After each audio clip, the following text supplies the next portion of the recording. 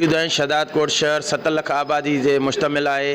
हिते एक महीने अंदर फ्रॉडन जो टोलो सरगर्म है। पहिरियों जो पोस्ट ऑफिस में जो करोड़ों रुपयनि जी करप्शन कई, उन बाद जो HBL कनेक्ट बैंक जे मुलाजिम बिलावल शेख पारा लखें रुपया जे मुद्द में जो शागिर्दनि के लुटियो वियो। अॼु जेको आहे ज़ोंग तरफ़ां शदाद कोट में जेके ज़ोंग जेके दुकानदार आहिनि इज़ी लोड ख़रीद वठनि था ज़ोंग ऑफिस वारनि खां, उन में अॼु हिकिड़ो नओं फ्रॉड कयो आहे जेको लखें रुपयनि जी तादाद में जेको आहे त हुन फ्रॉड करे फरार थी वियो। अचो त दुकानदार जेके मुतासिर आहिनि उन्हनि सां ॻाल्हि ॿोल कयूं था। जी साईं, छा चवंदो तव्हां होॾे ॾिसो सर? असां इहो ई चवंदासीं, असां साईं जेको अॼुकल्ह जेको फ्रॉड कयो थो वञे, इन्हनि फ्रॉडनि जे पुठियां कोई एक्शन खयो वञे।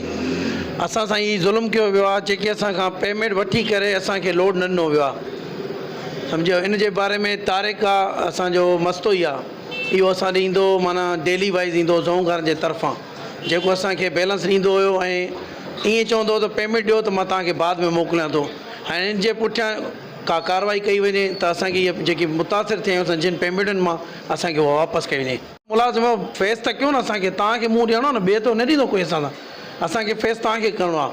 बसि हुननि जो इहो आसरा आहिनि, हा अॼु सुभाणे मालिक हिमल ताईं मसलो हल नथो करे, छो जो हुनजो RSO रखियल आहे, कंपनी जो नुमाइंदो आहे, त असां हुनखे सुञाणींदासीं न, कंपनी थ्रू हुनखे ॾियणा आहिनि पैसा। हाणे मालिक सां ॻाल्हायूं था त मालिक चए थो मुंहिंजो कमु न आहे हिन में। साईं, असां सां हे फ्रॉड करियो आहे, तक़रीबन पेमेंट खणी वियो आहे असांजी, त असां मालिक खे चवंदासीं बाबा तुंहिंजो मुलाज़िम आहे, हे खणी वियो आहे, असांजो मसलो हल कर।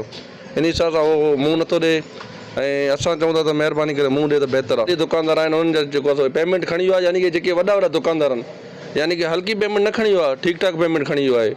हाणे ॿियों टियों चक्कर आहे जेको आहे को बैंक वारो फ्रॉड थो करे वञे, को कहिड़ो हाणे HBL में जेको आहे बिलाल नाल अथसि, हाणे इहो बि एॾो ज़ुल्म करे वियो आहे माण्हुनि सां। हाणे उन्हनि जा सालनि जो जेको आहे मसलो आहे, हाणे साल उन्हनि जा हलिया विया, उन्हनि जी पेमेंट खणी वियो आहे, वरी हाणे सम्झ में ॻाल्हि नथी अचे छा चक्कर आहे। उहो बि जल्द जेको आहे मसलो हल कयो वञे।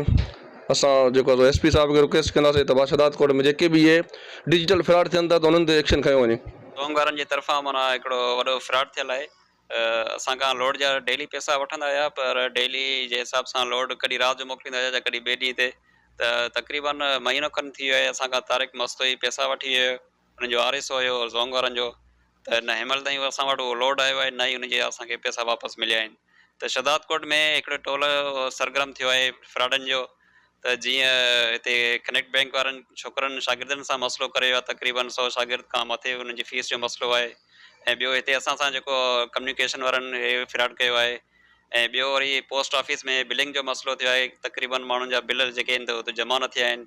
त शदाद कोट में इंतिहाई हिकिड़ो अहम जेका मसइलो हली रहियो आहे। हिकु ग़रीब माण्हू आहे हिते रोज़गार जे लाइ हिकु रुपयो माण्हू मसे गॾु करे थो, वरी अचानक सां जो ईअं 1000 रुपयनि जा घोबिया लॻनि था, त ग़रीब माण्हू हुन में ॾाढो परेशान आहे।